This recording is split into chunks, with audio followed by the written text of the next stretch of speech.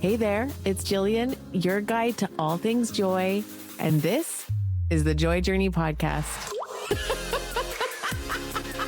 Oh my God. Hello, and welcome to the Joy Journey Podcast. I'm Jillian Shecker, and today I'm so excited to introduce you to the practice of joy. Today's episode is brought to you by me. Yours truly. Together, we're going to take the lid off of joy and uncover the difference between happiness and joy.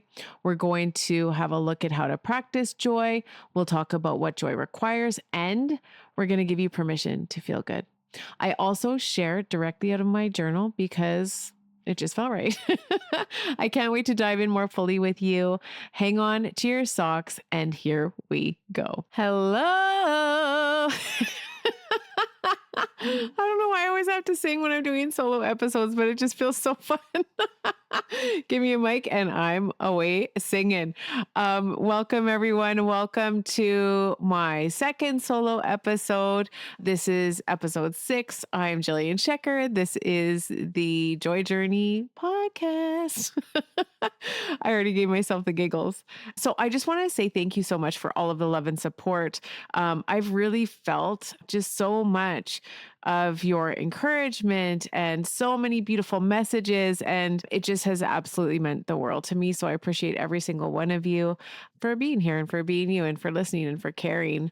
I did get lots of feedback on like how much people are enjoying the guests as well as the solo episodes. And I feel like as much as I love interviewing, I'm also really looking forward to just the heartfelt shares and teaching in terms of ideally inspiring around joy and what does it mean and what does this look like, and really getting you into curiosity about what joy means for you. So while I consider it teaching, it's always, from this space of really wanting to inspire you to go within, even though, my background is in coaching and mentorship.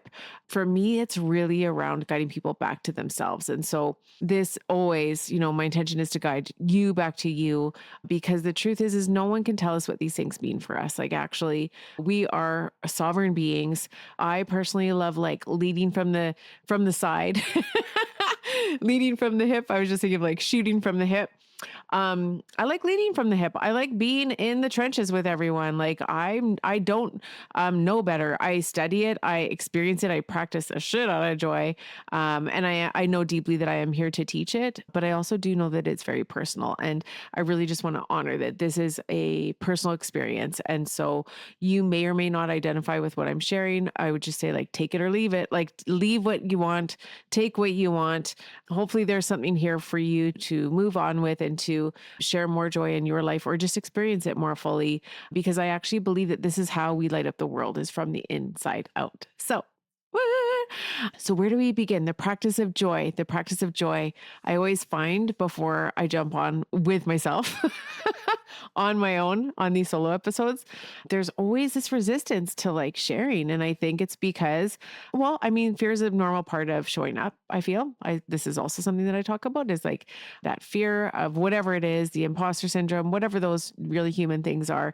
But I know deeply that I'm here to share these messages and that I don't need to be perfect. And so I just kind of work through it in terms of, actually, I use the joy method, really just feeling my feelings around it. I always invite fear to the table. I'm not inviting fear to drive the bus, though. Fear no longer gets driving rights. It's more just being able to honor it and see it. And next week, we'll dive more fully into the joy method. This week, I really wanted to talk about joy and the practice of joy, to really give this like robust description and discussion around what does this experience actually mean? And the joy method is part of the practice of joy. And so I'll kind of be referring to it a little bit today, but knowing that next week you'll get to have more insight, more curiosity around what an actual practice is to guide you to feeling better. And so in the joy method, it's really like being able to honor the feelings, but not letting them get away on us. Like, step 1 is feeling the feelings, but it's knowing that a feeling is actually an emotion, which means energy in motion. And so these things are not meant to take us down. And also it's knowing that if you're resisting it, you're actually persisting it. What we resist persists. So that means we're giving it more energy by like not dealing with it. So what would it look like to just honor? So for me in this case, when the resistance comes, it's honoring the fear or the discomfort, getting curious about it. What is this here to show me? And for me, like honestly, I feel like if you are not nervous or fearful, then you're doing it wrong. I feel like fear always shows me that I'm doing something important. Just like when I walk away from these episodes and I feel really vulnerable, I also know that I've shown up properly, meaning that it's not comfortable to be who we truly are in front of the world or in front of others. But I do believe that this is how we will change the world. It's by being brave enough to like truly show up, share these messages, share our hearts, and know and trust that these messages land with who most needs to hear them at this time. So before I come on these shows or before any of my workshops or trainings or even coaching or mentoring, I'm always setting really powerful intentions. Like today, I'm going to set the powerful intention that I am being used as an instrument of peace and love and joy, and that whoever listens to this episode is able to get a message that is meaningful for them. I always ask for the ability to like be a channel for the messages that people most need to hear and to get out of the way, get out the way. Just get out of the way and allow for this to just flow. So I show up, I set positive intentions, powerful intentions, and then I let the rest flow. I do have notes because if I didn't, well, you just never know where we will end up. Squirrel. Who was it? It was KB, Christina. I was at her place and we were talking and I literally like totally turned my head and I was like, squirrel. Like it actually is, in fact, a squirrel out there. So, but I see a lot of shiny things. I'm just grabbing my water because also this is just cash, right, guys? Like we're just chilling today. We're taking it cool. I have a tattoo on my wrist. My Nana's words, take it cool. So I always remember when I get too uptight, like just chill, just chill. It's all good. These are just conversations. So where do we start with the practice of joy? Well, I would say, so again, I'm not the authority on what joy means for you, but I would say as a joy educator, a mentor, someone who's had the privilege of working with really incredible companies and people, so many individuals and communities. Yeah, I've had the opportunity to work with so many people and kind of like I would say get access to what's like really going on under the hood. For myself, it's a practice, but for others, I also get to see these things. So my journey with joy has been as professional as it is personal. And again, if you didn't listen to episode 1, that's where I talk about my personal story, my personal journey of joy. You may want to give it a listen if you haven't yet to give a little bit of context on the personal side. But on the professional side, I would say, whether you're like, maybe you're leading with joy, maybe you're not leading with joy, maybe you're interested in what feeling better looks like. Maybe you want to bring joy to your work or your family or your community, wherever you are. I'm just genuinely so happy that you are here. And I'm also hearing, like, before we even dive in, like, I need you to stay here, okay? Stay with me. I know I have a pretty fun laugh, okay? I've been told. I've been told my laugh's pretty good. Somebody even tried to tickle me once.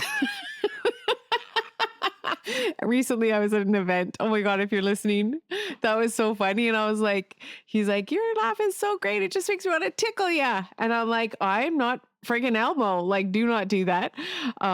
We had a good laugh after that, but I do love laughing. I love the bright, shiny experience, but that is not always what joy actually is. And so it's knowing, like for me, joy, a better way to describe it would be like well-being, feeling better. It's not always that light, bright sunshine experience, but it can be. So we're going to dive into that too. I also just want to reiterate my mission, which is to light up the world from the inside out together. I think I shared on episode 1 how I had this vision of a field full of fireflies. It always makes me emotional because I could just feel my heart expanding and, of this beautiful field at dusk and starting to see all of these fireflies lighting up. And yeah, it's like inside out, it's inside out. It's not the rescuing or controlling or fixing like we tend to think it is in order to make ourselves feel okay. It's like everyone and everything around me has to be okay. The truth is joy is conditionless. Like the soulful, deep experience that I'm talking about is an unconditional experience. We might not always have access to it, but it's there because it's a part of who we are. So how do we light up the world? How do we do this? we do it with what I would call the practice of joy. And so let's just dive in. I always, in all of my sessions and workshops, I usually ask, like, what does joy mean to you? And so I would just get you to take a moment if you want to, and you can put your hand to heart and close your eyes and check in with, what does joy actually mean for me right now? And just noticing what comes up for you. And maybe you did this, maybe we work together, maybe you're a facilitator, maybe you're a client or student. You might have been in a workshop before. I might have asked you this before. And even if I did, I would ask it again, because the truth is it changes all the time. Like, joy might feel different in this season compared to what it did last season or even yesterday.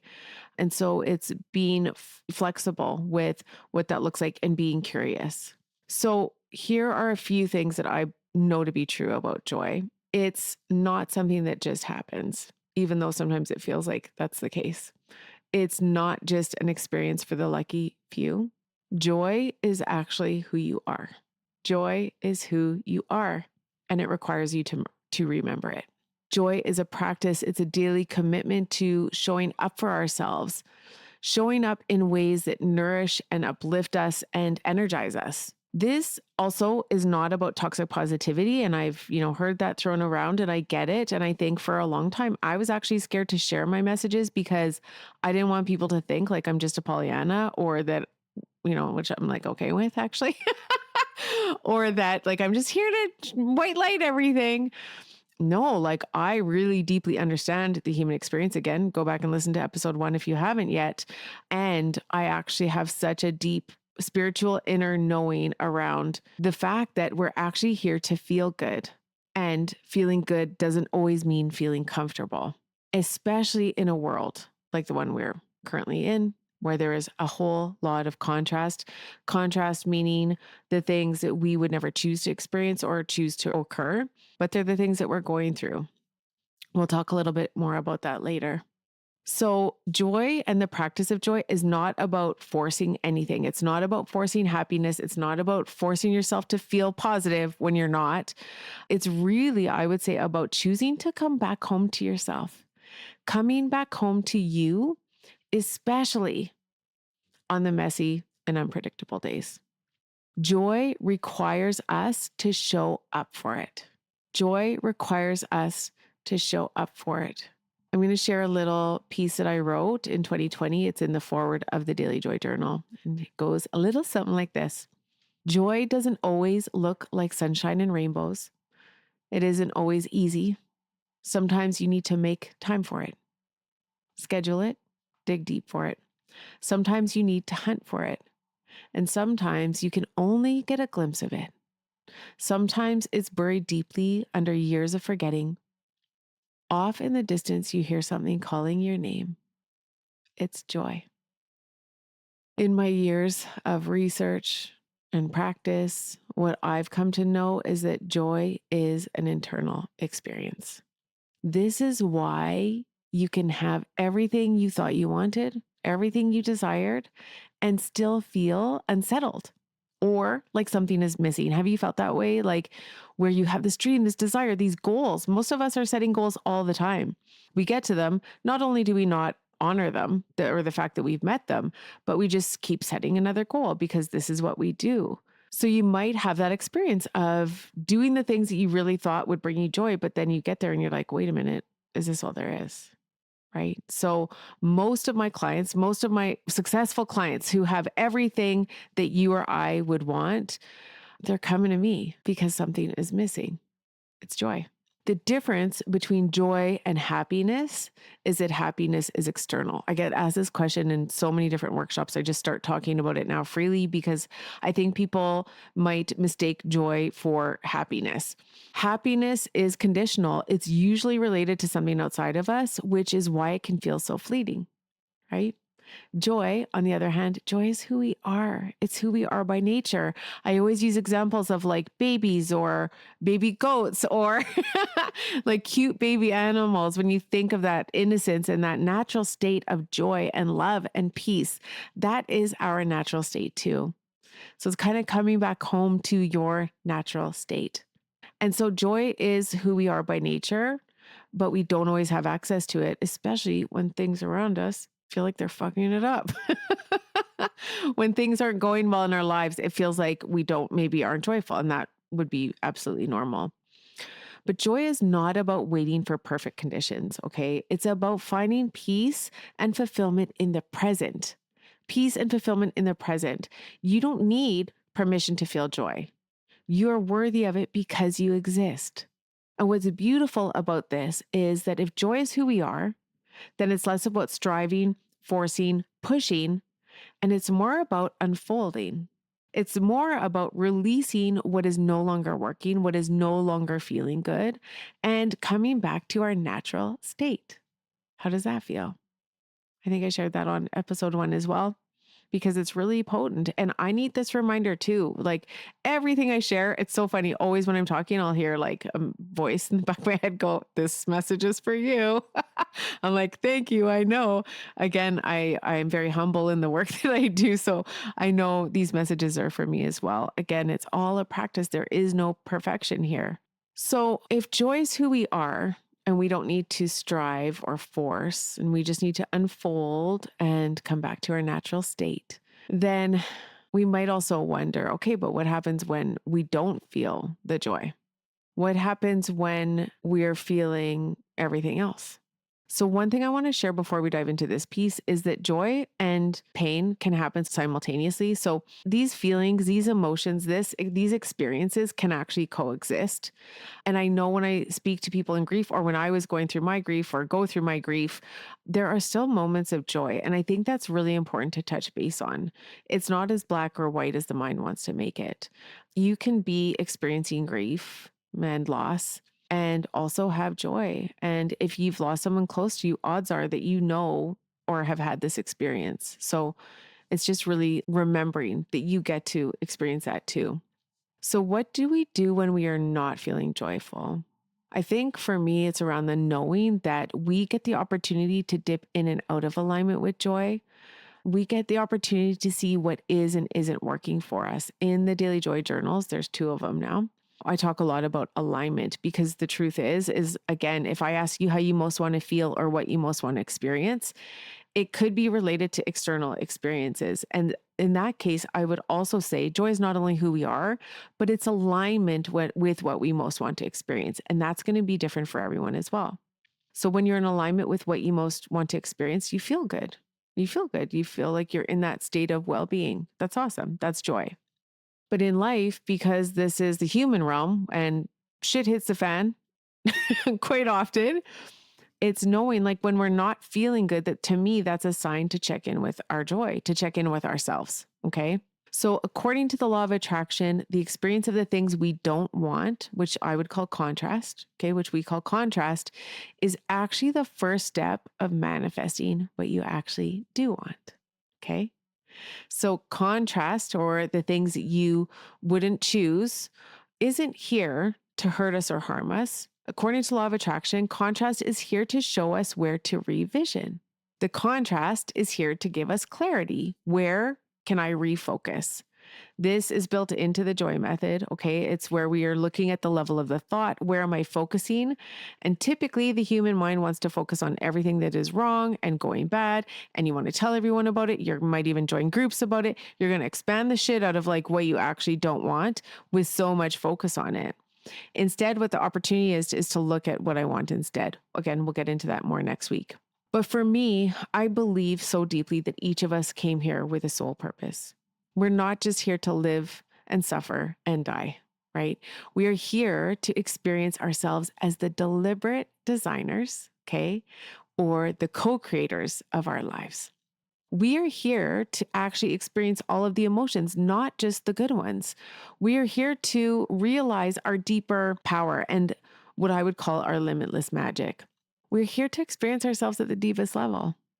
We are here to forget the self-imposed limitations and step into the truth of ourselves as loving beings with limitless potential. Feel into the truth of this for yourself. We are here to realize our potential and come back home to our hearts, our love, our joy over and over again.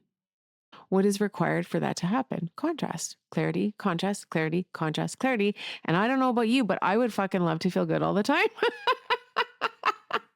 I would love if all I got to do was sit here and feel good and laugh my ass off and just like enjoy everything.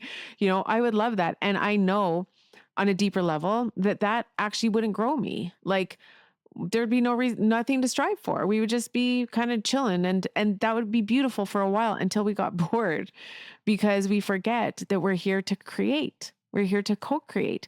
Manifestation isn't like this wooey thing outside of us. To make manifest means to bring something through us into the world that wasn't here before. And why would we be inspired to do that if there wasn't a need for it? And so the contrast in our lives, the things that feel shitty or stressful or aren't going the way that we want them to, what if that's literally here to show us a gap that we get to fill with our creativity, with our desires, with our dreams? Doesn't that feel better? So in those places, I do my best to shift my focus to actually the remembrance that I'm a deliberate designer and what is it that I actually do want to create? This is what I don't want. So what do I actually want to experience? And how can I start to use my focus toward that thing so that we can bring it in and I can experience more of it? As I was preparing for this episode, I was feeling into the energy of like how to explain this, especially to people who might not know me. And I know this reference has been used before, so it's not mine to claim, but I do like to see our planet as a school. And it feels like it's a school filled with opportunities to learn and grow and fail and fall and get back up again and stumble and fall and get back up again. And to live this life as an opportunity to grow and evolve and love as fully as possible.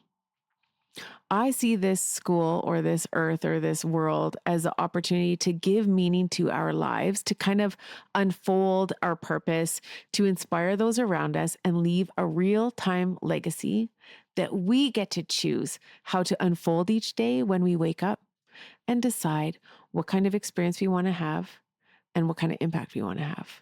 How does that feel? Getting to wake up and deciding, how do I want to feel today? What do I want to experience today?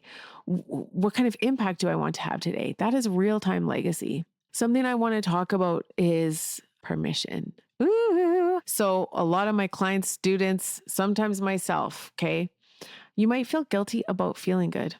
I wonder, do you ever feel guilty about feeling good? Do you feel like you can't feel good? Maybe your family is suffering or someone you love is suffering or things are happening. I mean, the fucking world is suffering. Like, and you just feel guilty for feeling good. Or you don't want to show that you're feeling good because it might upset the people around you or make them feel bad. I just want to really share today this message that your joy is not selfish. Your joy is not selfish. Your joy is necessary. It is medicine. Your joy is literally like fuel for the world. So for me, a joy practice means allowing myself to rest. I used to always think I had to be working hard as well. Like I couldn't slow down. If I slow down, oh my God, blah, blah, blah. No, allowing for rest, allowing time for play, and also allowing, period. Literally allowing and being in receiving. I've worked really hard and I support others in releasing the need to earn your joy, to earn your joy. Like that you have to work harder or do all these things before you can actually experience joy. No, joy will friggin' fuel you. I bring joy into businesses because I'm like, joy is actually profitable. Okay. Like the better we feel, the more energy we bring, the more people want to be around us. Joy actually increases profits. Okay. So make joy a part of your strategy. This would be one thing I highly recommend. We'll do a whole nother episode on the business of joy, but I would say absolutely bring it in as a strategy for yourself, an abundance strategy. When you are in joy, when you're aligned with your joy, you actually have a positive impact on the world around you, okay, from the inside out. So it's remembering that. And so truly, as a beautiful helper, a healer, most people that I know really are in a lot of service. Like they're in service. They want to serve the world. They want to make these beautiful impacts. And that is such a beautiful thing. But a lot of us are serving from sacrifice. And that is not actually helpful for the world. Okay. Your joy is the most healing thing you can do for the world. As you focus on your light, as you raise your vibration, you raise the frequency around you. This allows you to give from a state of abundance rather than depletion. Who's in depletion? Yeah, I've been there, done that. And like, I'm just like, no. And to be fair, I need the constant reminder. I'm a manifestor in human design. I'm intended to follow my creative urges. Sometimes I get a lot of them and then I have to fulfill them. And then I get into depletion. So it's kind of like this cycle that I go through, but I'm finding it less and less the more that I honor that I'm not giving from depletion any longer. Like I've learned how to say no. And even though it's still sometimes uncomfortable, it is so empowering to know that when I give, when someone asks for something or when I give, it is from a place of overflow. Okay. So when you make your vibration a priority, this allows you to give from a state of abundance rather than depletion. And if everyone served from a place of overflow in the world, could you imagine what the world would be like? So instead of me needing to give to you from an empty cup to fill you up, and then you go give, to other, and like on and on it goes, the cycle goes, I actually open myself up to receiving so that I can overflow and give from a state of overflow. Service is no longer about sacrifice. True service is resourced. True service is resourced. It is overflowing abundance. This is how we will shift the world. The other day, I was journaling and meditating. And the truth is, I've been out of alignment. I would say, so this year, gearing up for like the most amazing 2025 ever. And I had so much energy in December and I was doing workshops and friggin' visionary lunches and all the things. And I was getting so amped for everything I was going to do in 2025. And January 1st came and I was like, oh my God, I'm so tired. I was so tired. And I thought, oh, holy shit. Like, what am I going to do now? Because I had invested heavily. So I invested in another round of daily joy journals, which is thousands. I invested in a high level mastermind. I hired on more team to support a mini rebrand and a new website and all of these things in my abundant flow. Said yes to so many things but didn't have the energy to fulfill the things that I had said yes to. So I ended up in my mastermind day one, meeting all these beautiful women and just sharing like, holy shit, I don't feel like doing any of this. I had lined up a program, the Joy Leadership Program, but I didn't have the fuel to like fulfill the thing that I launched. And so one of these beautiful women was like, she asked me, what brings you the most income and alignment like in your business? She asked actually, what am I most excited about? And I said, well, the Joy Session Facilitator Program. And she said, and what is the most profitable in your business? I was like, the Joy Session Facilitator Program. Shocking that the thing I love the most is what brings in the most income. Like, duh. It's so funny when the lights turn on. Anyway, she just recommended, like, what if you just focus on what brings you the most joy? Okay, I know. Groundbreaking. And so I did. I de-launched the other things that I had on the docket and I fully focused on resting. When I still said a lot to a lot, guys. I said yes to a lot of things, lots of workshops, lots of just fun and flow and joy, but no longer doing things that did not feel 100%. And what was cool about that is that by doing that, so there was someone who stepped in, like I opened the doors and closed them very quickly. In that space, one person had said yes and stepped in. And so I offered her a Meet Your Magic session, which is my one-on-one session to connect and just like, I was like, okay, we're not doing this, but would you like, either I'll give you a full refund or we can hop on a call and do this Meet Your Magic. So she opted for Meet Your Magic. And I find out like that actually I'd known her since 2018. She was at a panel that I was at on Joy. And then I'd heard of her again in community, but I never met her. And she was like, yeah, I saw you talk on Joy in 2018. And I was like, I'm going to work with that woman one day. And so we have our call and she's so magical. I can't wait to introduce you to her. And she's got so much medicine for the world, like so many beautiful, magical things to bring and share and gifts to share and shine and all the things. So when we were on the call, I was like, oh my gosh, like so the Joy Facilitator Program is a very small, intimate container. It's maximum 10 people.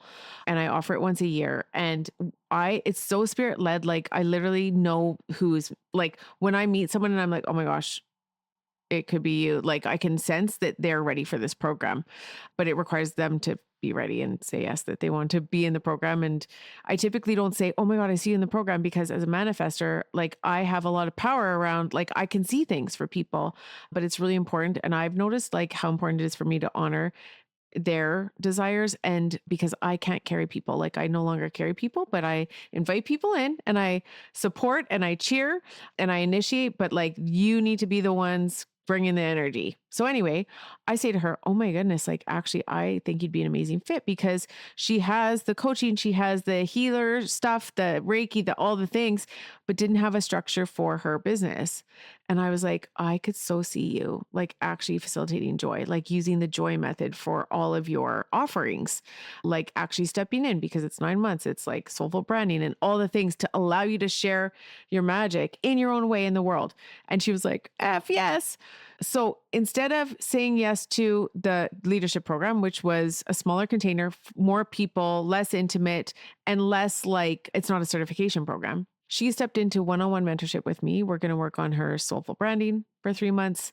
And then she's stepping into facilitator program. And I was just like, holy shit, you cannot make this stuff up. Like I don't know. Like, I feel like if leadership happened, she would be in that, which would be fine. But not doing the thing allowed for this person to get into the right relationship with the thing that's the thing. And so, point is, guys, I'm not sure why I'm telling you the story aside from, okay, no, I'm sure. No, I know. Now I know when I'm telling you this. So I've really deeply realized that my job is to get into alignment with myself and my joy.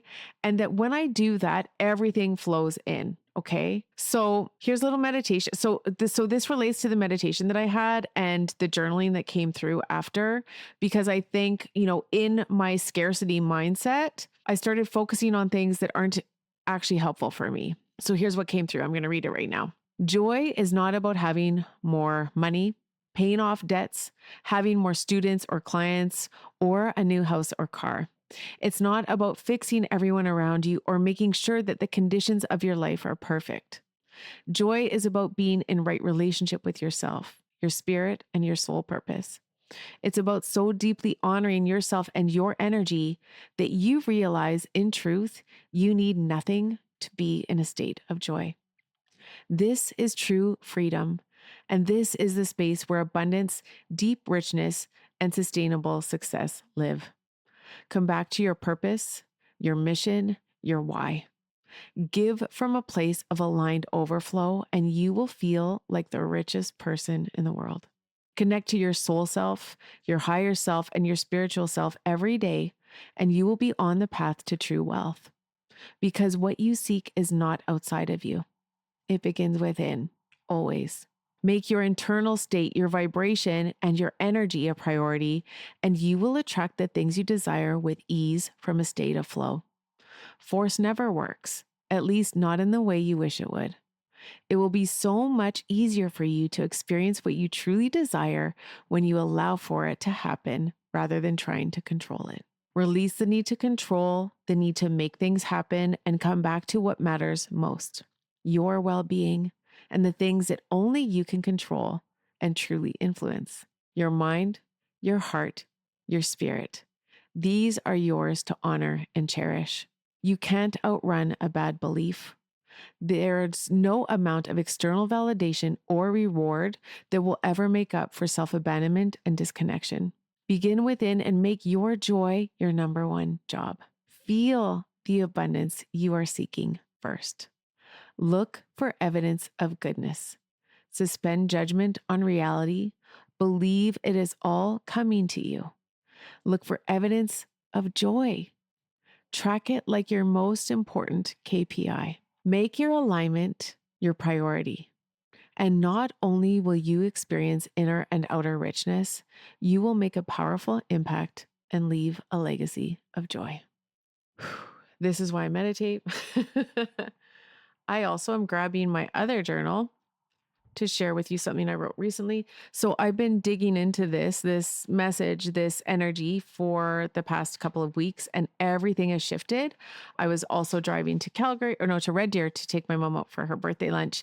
And I was listening to Abraham Hicks on the way, and I could just feel my vibration rising. It was like, I was explaining to a client today And Abraham Hicks uses this analogy of us in like a cup of water. You're a cork. So imagine yourself as a cork in a cup of water, and life happens and contrast happens. And all of these things kind of keep pulling you down into the water, right? So now you're not floating anymore. You're at the bottom of the glass of water, and you're filled like you're in so much resistance.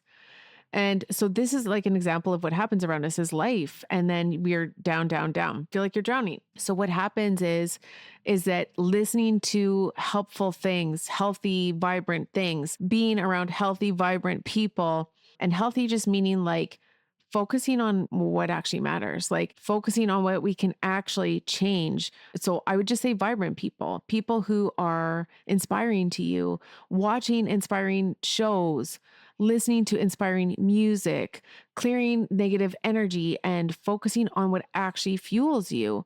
This is my practice of joy. And when I practice, it friggin' works. Like when I focus on what actually helps me to feel better, I begin to feel better, and then everything flows in. So when I was listening to Abraham, I was feeling my cork bobbing. That was a wild description. But I literally started to feel better and better and better. Whereas before, scarcity's kind of had a bit of a hold on me. And in between Edmonton and Red Deer, another student stepped into the facilitator program. Just like this person had seen me speaking at the Jasper Park Lodge a year ago, and is a beautiful woman who like is just so exciting again.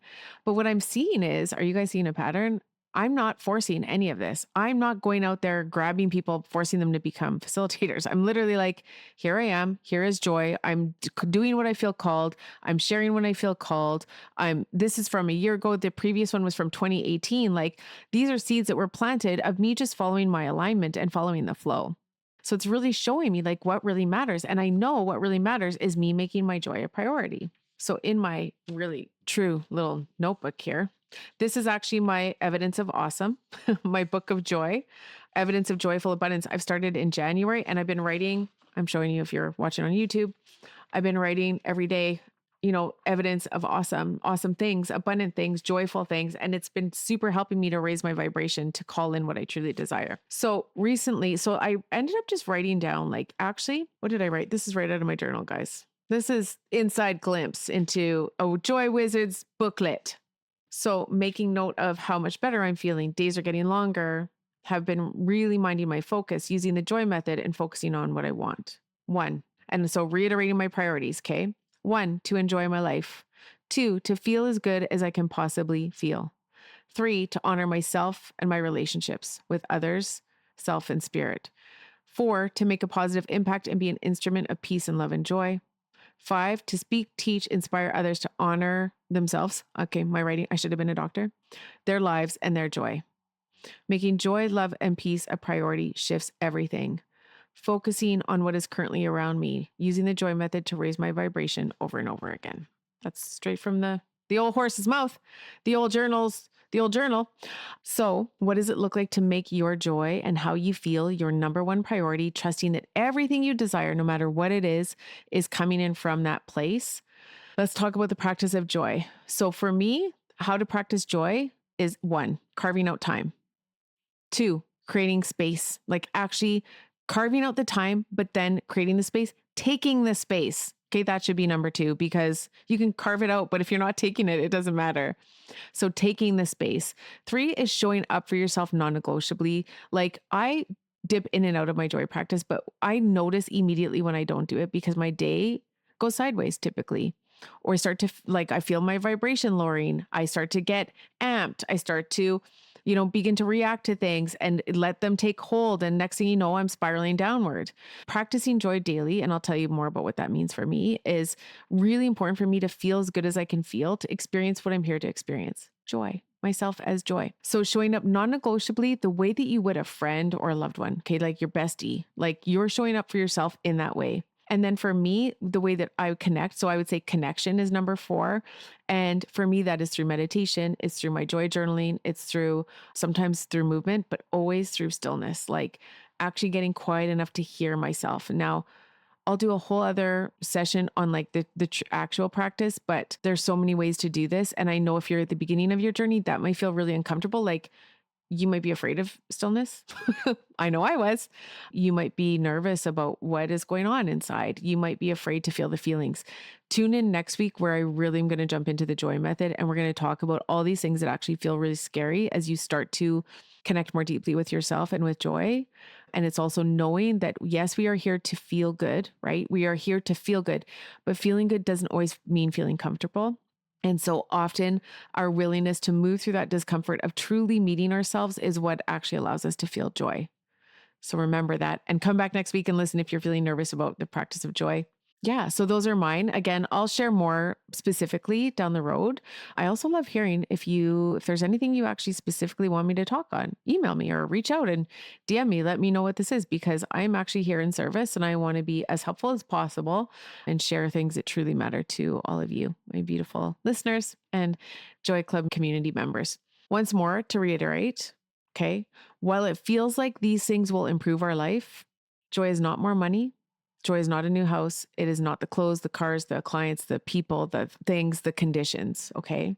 Joy is your natural state. Joy is who you are. It is your alignment with how you most want to feel. So, what joy requires, I would say, there's a few requirements or none if you want to just not have requirements. But I would say that it feels like space is really required for joy. So, the space to kind of come back home to it, to yourself. So, the space to listen to your joy, to honor it, and to align with it. Next is the awareness. So, yeah, I have a little formula. It's called awareness plus action equals alignment. It's the joy leadership formula. Awareness is everything. Once you have an awareness, you are empowered. You get to choose now what you're going to do next, right? So, our joy, I would say, requires us to notice when we're off track and then take inspired action to move into right relationship with ourselves and with our joy. Okay. Awareness plus action equals alignment. Alignment with how we most want to feel and what we most want to experience is joy. So, therefore, this equals joy. Awareness plus action equals alignment with joy. And joy also requires courage. It requires courage for us to take inspired action, to move through the shadows of discomfort, to experience the light over and over again. And while, again, I would love to feel good all the time, the truth is we go up and down that scale because that's what we're here to do. We're here to experience the humanness. We're here to experience the full range of emotion. We are here to experience ourselves as the co-creators and deliberate designers of our lives, using our feelings, honoring our feelings, using our focus as magic wands, which we'll talk about next week. I can't wait to dive into the joy method with you. But it's just knowing like we are actually so much more empowered than we give ourselves credit for. We are so much more powerful. The last thing joy requires, I believe, well, there's actually a lot of things. We could make a whole list of requirements, but I want to keep it simple and I don't want to have too many things. But the last really important one that I want to share today is curiosity and compassion. So curiosity just allows us to be light about it. Like life is hard enough. It is stressful. There's lots of contrast. We don't need to be harder on ourselves. So like compassion is important because it's understanding you're not here to be perfect. You are here to mess up. You're here to fall, fail, stumble. You are here to learn. And that often does not look pretty. Okay. And then it's curiosity around interesting. Isn't it interesting? This is how I responded. Or, isn't that interesting how I completely was in reaction mode or flipped off that guy in traffic? Or like, instead of being so hard on ourselves, get curious. Get curious because you're not meant to be perfect. You get to learn and grow. And so if you can look at these things with curiosity, now you get to apply the learnings going forward. Okay. This is what we call an opportunity for growth. So I've yammered on a lot this episode. Let me know if you've enjoyed it. As we're wrapping up, I would actually just love to know and for you to ask yourself, here are some guided like prompts or reflections, contemplations for you. Okay. What do you most want to experience? What do you actually most want to experience? And what does your joy require of you? Okay. What do you most want to experience? Just starting to get clear on it. We'll pick up next week with the joy method. And then also the question around like, what does joy require of me? What does that look like? And then I just love the inspired action. You'll learn more about this too. What is one inspired action to support you in moving toward that experience? Feel free to reach out. email, DM, let me know. Like, I love hearing from you. Feel free to comment if there's an opportunity to comment, but I do really love to hear, and I'm excited for what comes up for you. I'm so excited to have you on this journey of joy with me. Like, I love this work so much. I love doing it together so much. Next week, we're going to dive into the joy method, which is so empowering, a really practical way to feel better and pretty much manifest the shit out of your life. Okay. And so, in the meantime, between now and then, I'd love to invite you to join the Joy Club community. You can find the links in the show notes. Really, you'll be able to receive weekly love notes from me to your inbox as well. There is a free community in Facebook as well. We also have the 90-day journal, the 90-day joy daily joy journal. And there are two options for that. And that's going to support you in aligning with joy daily, honoring the practice of joy, and using the joy method with a lot of ease. So it's all carved out for you. It's all guided. Feel free to check that out. There's also an 8-week joyful living program. So it's on demand. It's support at your fingertips. It'll allow you to deepen into this. If you feel called into the joy and the joy work in this way, definitely have a look. Again, I'll post links as well. And yeah, just feel free. Like, there's a lot here for you. I'm going to be coming on lots, and it feels like this beautiful journey for all of us together, which is so much more fun than me doing it alone or, as quietly as I was doing before. So I think I just want you to know, if you need additional support, just feel free to reach out. Like, there's a lot of ways to work together. I also have a beautiful community of certified joy facilitators. So maybe you identify more with one of them. There's a lot here for you. And so I'm just really excited for you to make joy your number one job moving forward. And I can't wait to meet you next week to our joy. Mwah.